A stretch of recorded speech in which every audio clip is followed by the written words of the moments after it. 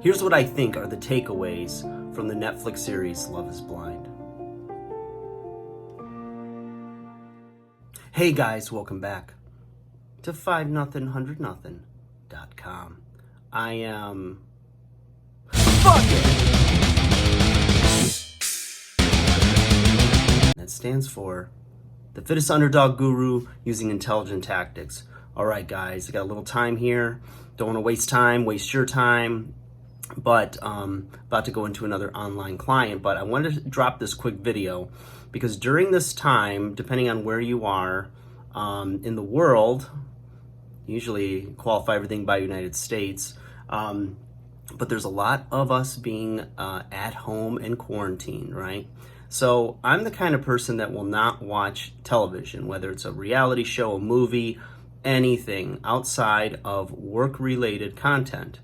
I am boring like that, but I have this weird hang up in my head that I can't watch and enjoy something unless I'm watching it with somebody else, because I think that it opens up dialogue and it's a bonding way, thing to do, especially now we don't have a lot of options outside, but it's a way to connect, and there's a lot of talking points, and you really get to know somebody if you're sharing those moments, whether you like the shows or not. But I'm pretty open-minded, and if I don't like something, at least I'll give it a try, and if it's then we just move on, right?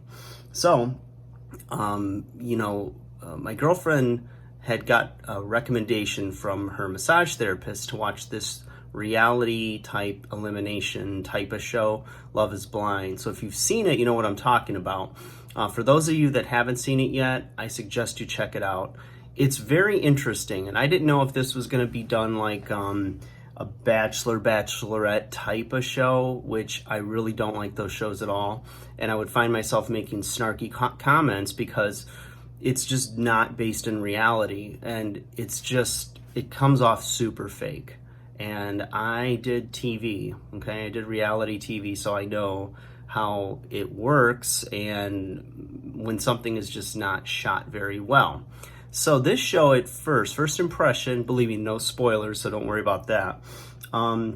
First impression was, I just thought the way they were developing it was a little off, and I didn't think I would get into the series. But I did end up, after the first episode, they have really good cliffhangers, which kind of pisses me off because then I want to watch the next one. So I don't know if you could see the bags under my eyes, but we have binge watched a lot of Love is Blind. In fact, the whole series. And what pisses this cowboy off, you want to piss in my cornflakes? I want the next season now. Thanks, Netflix, for allowing the whole binge watching thing to come, because I was back in my day, back in the olden times, we had a puppet show. Not really, but there was this, I'm going to edit that out probably. You had to watch a series, an episode at the same time, same place every week. And if you missed it, you missed it, unless you were fortunate enough to have some type of a recording device like a VCR or a lesser known beta. Not the alpha beta of Red Pill, but you know what I'm talking about. Buttons pushed.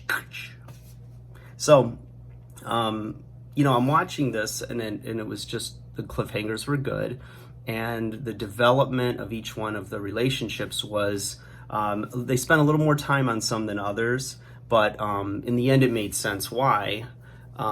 Because the other stories that they focused more time on were definitely more intriguing. So there's a couple of quick takeaways from this that I took, that I got.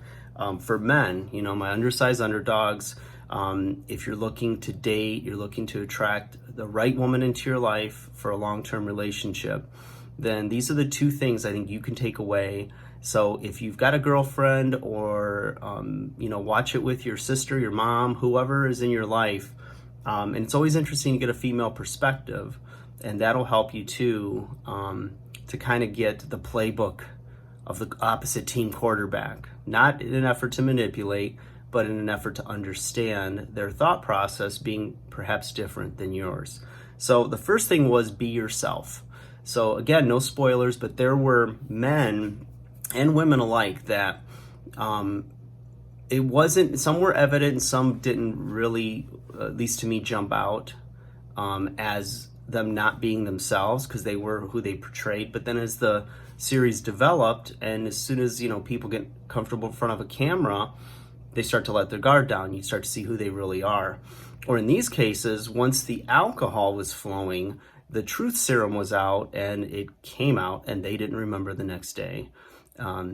Pretty sloppy, uncomfortable to watch, but I don't care.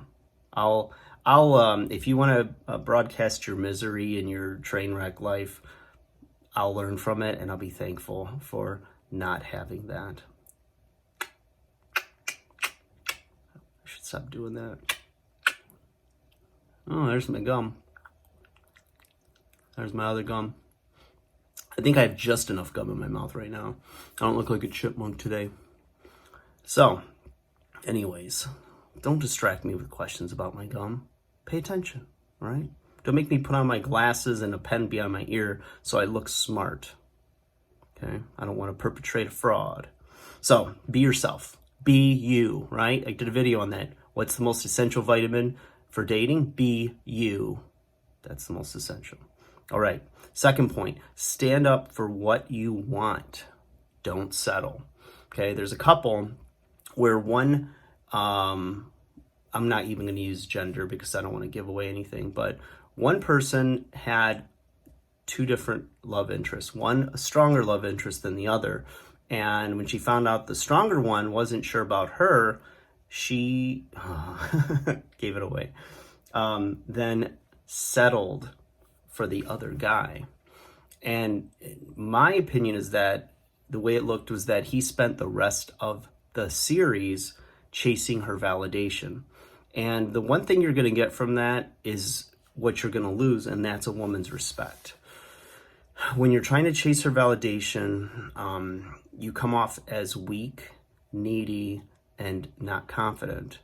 And I'll give all props to Corey Wayne, relationship expert. You should check out his channel as well. But not unless you subscribe and like my videos, because I need them. I got a lot of content here, kids. All right? You just got to weed through my wacky antics, as they used to say in a bygone day. Right? So the point is, don't settle. I know it's a show. On one hand, I'm feeling very bad for the people that are, getting stood up at the altar, or things are falling apart right on camera, and it's uncomfortable, but it's like driving by a car wreck. You can't help but look. So enjoyed the series. It's a good bonding and relationship building moments for me and my significant other. And again, I would never actually watch shows in general unless I was with somebody, because I find that to be good bonding time, especially now, because besides that and the mattress mambo, there's not much more to do. Like, share, subscribe, check out Love is Blind, Netflix. Hope the check's in the mail. Adios, amigos and amiguettes.